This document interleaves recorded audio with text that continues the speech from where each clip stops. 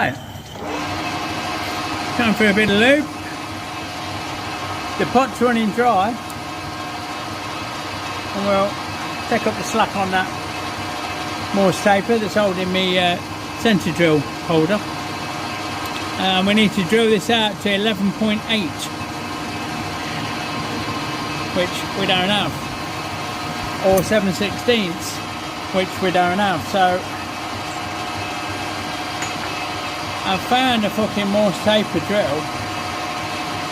This wheel is pretty close, and I'm hoping this fucking does it. We'll find out, won't we? So just touch that on and wind up until I can see a mark. 10. Right. Now this whole thing, well, is only fucking 26 long.